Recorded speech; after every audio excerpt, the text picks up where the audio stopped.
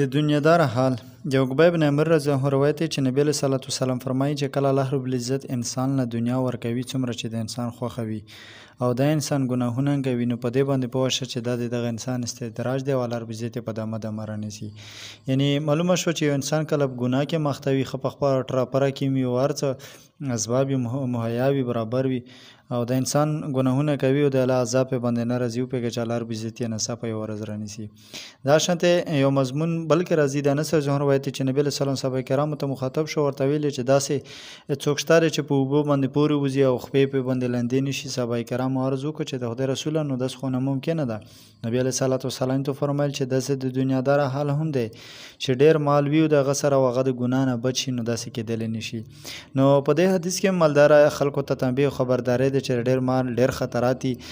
اول یې ګټل په حرامه طریقې وي، بیا لګول په غلطه طریقې وي. کوشش دا کول پکار دی چې انسان پکې د ګناهونو نه ځان وساتي.